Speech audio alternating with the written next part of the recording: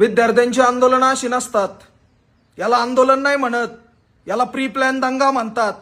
जे तुम्हाला उकसवतायत ना ते मॉलमध्ये जाऊन बर्गर खातायत, कारण त्यांना ते सगळं करण्याची फंडिंग आलेली आहे. आणि तुम्ही काय करताय? एका पोलीस अधिकाऱ्याला मारताय. पोलीस अधिकारी कधी कुठल्या मंत्र्याचं पोरगं असतं का? लाज वाटली पाहिजे, लाज. हे दोन नमुने काय म्हणतायत ते पण ऐका. संसद भवन उखाड़ दिया जाएगा, संसद भवन उखाड़ दिया जाएगा, इस्तीफा नहीं मिला तो उखाड़ दिया जाएगा, सब कर दिया जाएगा, नेपाल बना दिया जाएगा, नेपाल नेपाल नेपाल नेपाल बनेगा.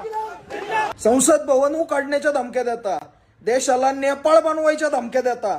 विद्यार्थी आहे तुम्ही? आत्मपरीक्षण केलं का? हा, तुम्हाला काय अपेक्षित आहे? तुमच्या काश्मीरच्या बापांनी सांगितलं की तिथं आंदोलनात येऊन. आणखी काय सांगायचंय?